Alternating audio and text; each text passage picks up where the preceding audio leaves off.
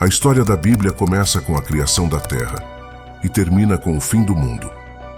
As pessoas perguntam se estamos nos últimos tempos. No entanto, a Bíblia fala dos últimos dias, e já estamos nos últimos dias há 2000 anos.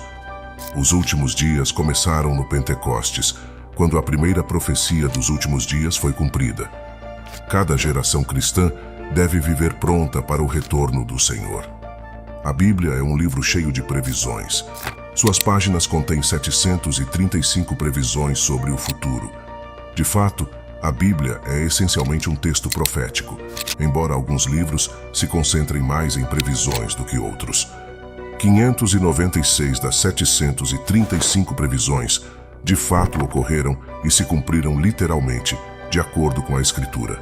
Portanto, 81% de todas as profecias da Bíblia já se cumpriram, e algumas dessas profecias foram feitas séculos antes dos acontecimentos. A Bíblia provou estar 100% correta para cada previsão que poderia ter sido cumprida até agora. Dos que restam, a maioria está relacionada com o retorno de Jesus e o que acontece depois. Quantas dessas previsões ainda precisam se cumprir antes do retorno de Jesus? A resposta é cerca de 20, e estamos observando para ver essas coisas acontecerem primeiro antes de procurarmos o retorno do Senhor. Jesus nos disse para vigiar e orar. O que devemos vigiar? Não podemos ficar parados e observar as nuvens esperando que Ele apareça. Não é isso que Ele quis dizer. Ele quis dizer que devemos acompanhar o que está acontecendo no mundo e ver os sinais que Ele nos deu para nos ajudar a nos preparar. Os sinais são os indícios. Portanto, vamos olhar para Mateus capítulo 24, onde os discípulos lhe perguntaram quais seriam os sinais do seu retorno. O que faremos se não soubermos quando isso vai acontecer? Para a pergunta deles, Jesus deu uma resposta direta e inequívoca. Podemos agradecer a Deus por Ele ter respondido de maneira tão direta.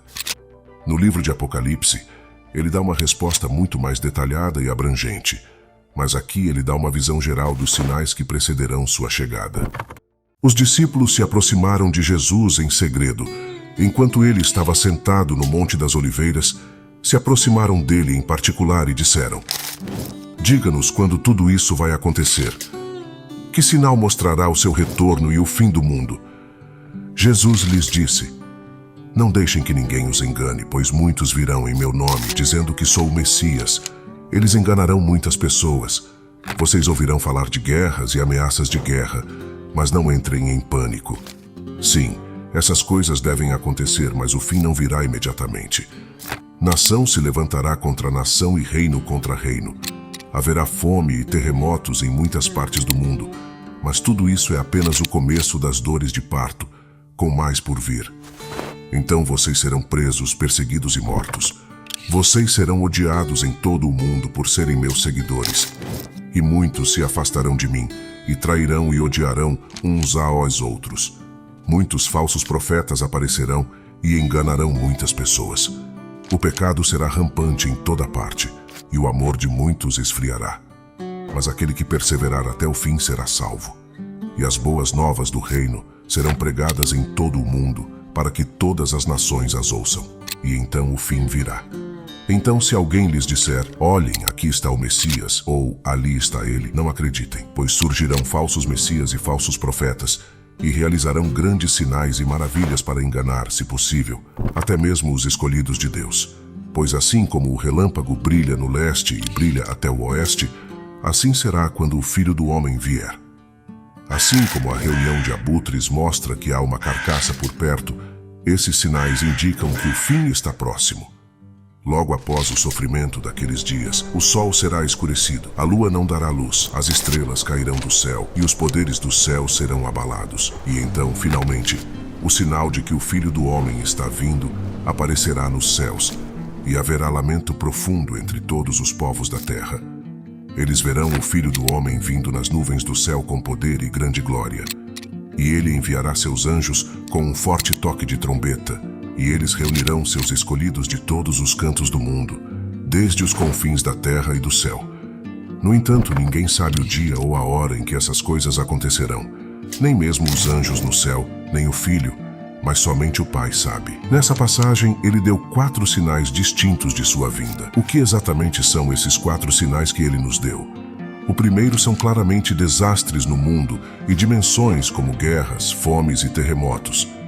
Esses eventos estão certamente acontecendo, mas têm ocorrido por mais de 1000 anos e estão se intensificando. Então, certamente estamos neste primeiro sinal.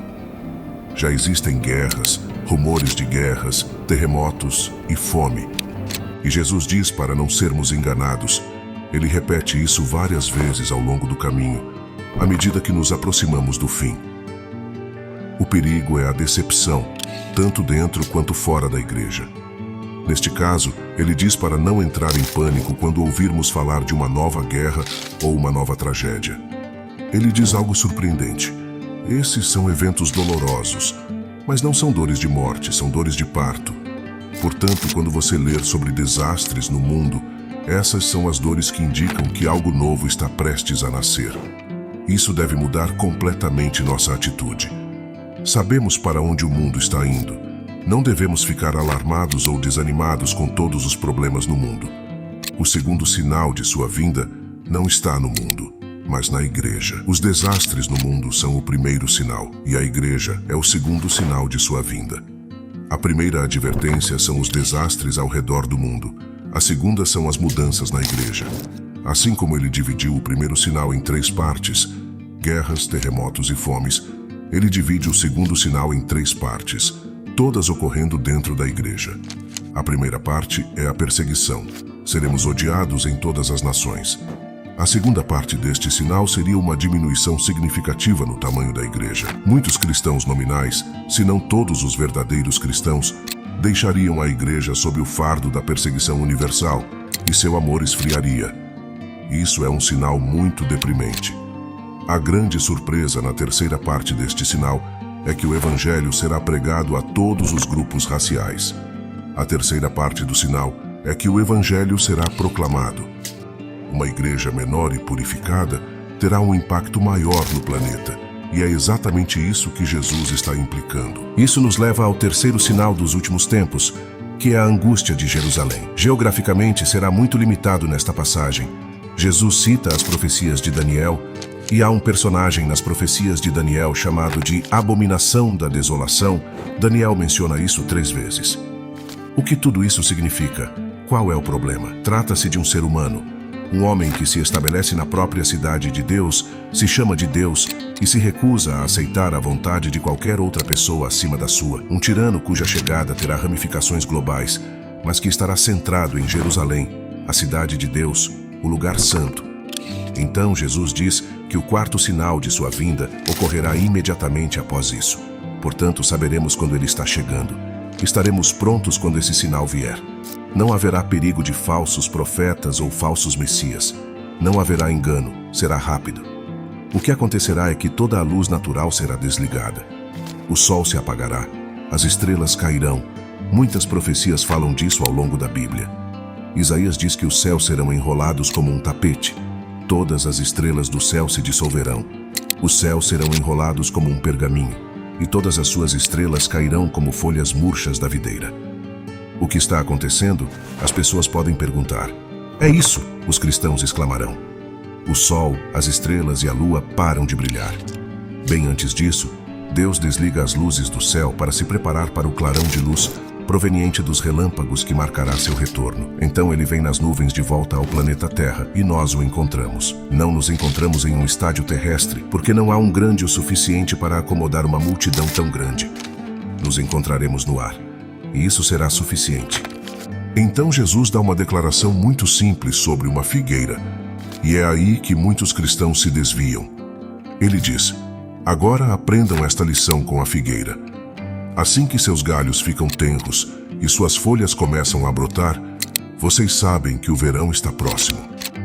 Jesus está nos dizendo que quando você percebe que todas essas coisas estão acontecendo, você sabe que estamos lá. Você sabe que o verão está chegando. E, infelizmente, as pessoas olham isso como uma forma de alegoria.